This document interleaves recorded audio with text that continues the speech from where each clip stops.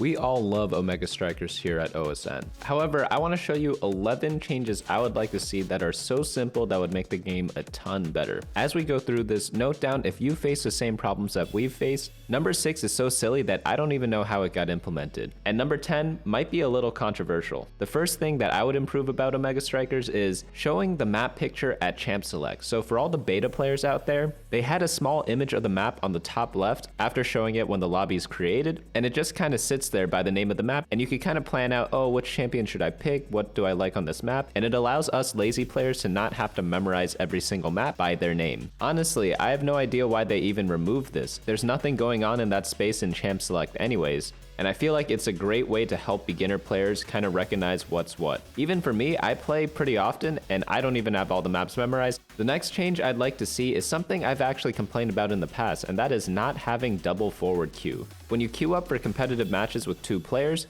you can only have 3 combinations of position choices for your team. You could either have goalie and forward, goalie and flex, or flex and forward. You cannot queue as 2 forwards. So I actually used to only play forward. So when I queued up with my friend that also only played forward, we were not able to play a game together. Not having double forward queue kind of punishes people for playing the game with their friends. So whenever there are only 2 forward only players, you pretty much just have to either play at a huge disadvantage or just play alone. I can't speak for everyone, but at least for me and my friend, we'd rather wait in a much longer queue time waiting for a goalie to play with us than playing alone or playing with one of us playing flex. However, I will note that I did change to a flex player from a forward only player, but the reason I did that was because my goalie sucked, not because of the lack of the double forward queue. Next up is the lack of the Striker Affinity Award notification in the main menu. Some of you may not even realize this, and you are missing out on rewards because the more you play with a striker, the more affinity you get with them, and then you unlock some special loot with them. So if this is the first time you're hearing about Striker Affinity, definitely head on over to the Striker section in the main menu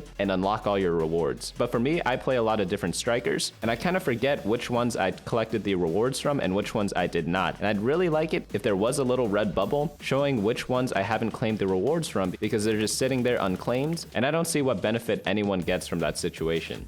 And it also is a quick fix. Complaint number 4 is about what happens to the game when the timer runs out to 0 when you're picking your striker. So if you saw my recent short video, I had a game where I didn't pick a striker and the game defaulted me to picking Juliet. Luckily, I won that game, but I would have much preferred if that game never happened in the first place. I feel like if you're AFK in the striker selection phase, it should just kick you out of the game and maybe give you a small punishment. That way, I only waste 5 minutes of my life instead of 20. Another way of looking at it is instead of griefing a whole lobby, it griefs the entire game.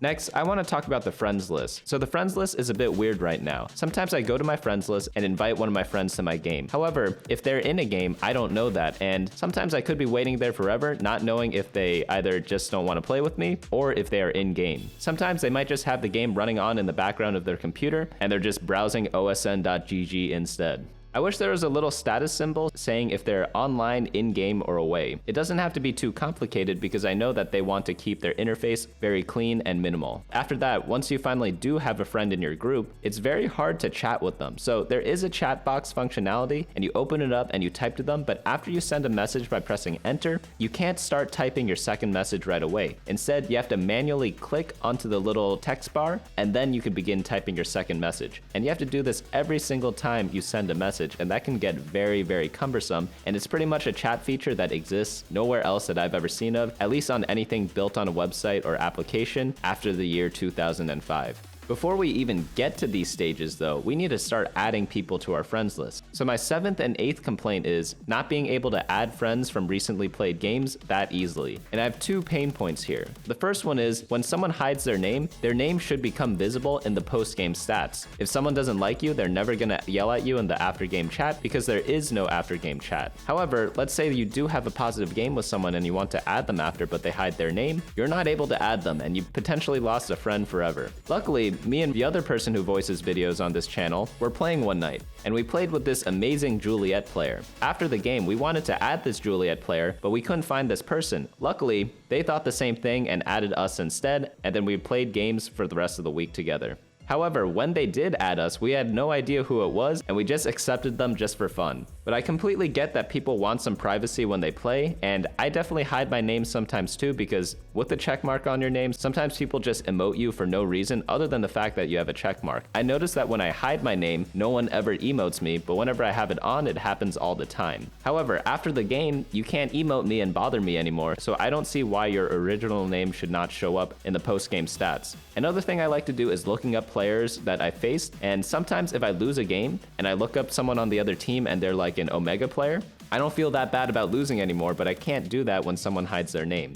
Speaking of adding people to friends in the post-game lobby, you can't copy and paste names to add people. Instead, you have to type it out manually. I played with this team recently where one person had an English name and a different person had a Japanese name. And while I wanted to add both players to my friends list, I had a lot of trouble adding the Japanese player. Luckily, after I added the English player, we were able to find the other person as well because they added us back because the game was going so well. And again, we had some great games together throughout that whole week and in the weeks after. But as a person with an English keyboard, I'm not able to add them to my friends list by typing, so the copy-paste feature should be added to the game. The ninth change I'd like to see is being able to kick party members or having an offline status over someone's name if they log off. Luckily, this hasn't really affected me because whenever I play on a team, I normally communicate with them through the group chat or I'm on a Discord call with them, but we did notice a pattern where whenever someone leaves the game, like we say goodnight to each other after a nice play session and someone logs off and closes the game, and then me and the other teammate want to keep playing, we notice that the other person doesn't automatically leave the group. Instead, we have to manually kick them and then get on with our day. I feel like it should either auto kick them or show an offline indicator for the people who aren't communicating on a call. Now on to change number 10 that I'd like to see. So we all know that the goal gates are kind of like the new system in Omega Strikers, and so far I've actually been liking it. At first I found it a little off-putting, but I've grown to like it over time.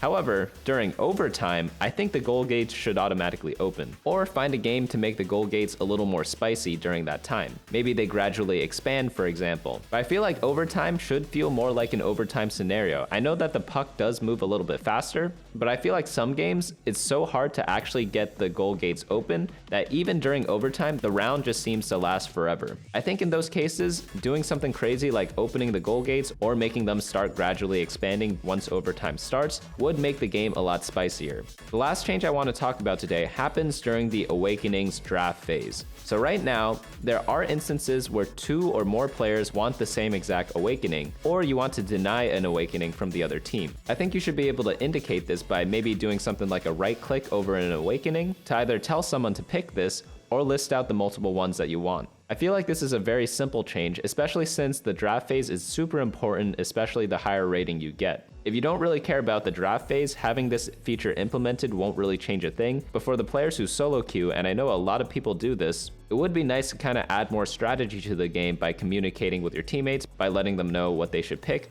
or telling them something like, hey, you got this one, I'll pick something else. But that's going to be the 11 changes that I would like to see today. How many of those did you agree with? How many of these do you disagree with? Would you change any of these in a different way than what I suggested in these videos? Let us know down in the comments below, and be sure to check out our tier list that we'll be updating frequently, either on the channel or on our website, osn.gg. But that's going to be it from us today. Hopefully you all enjoyed this, and we'll see you all next time.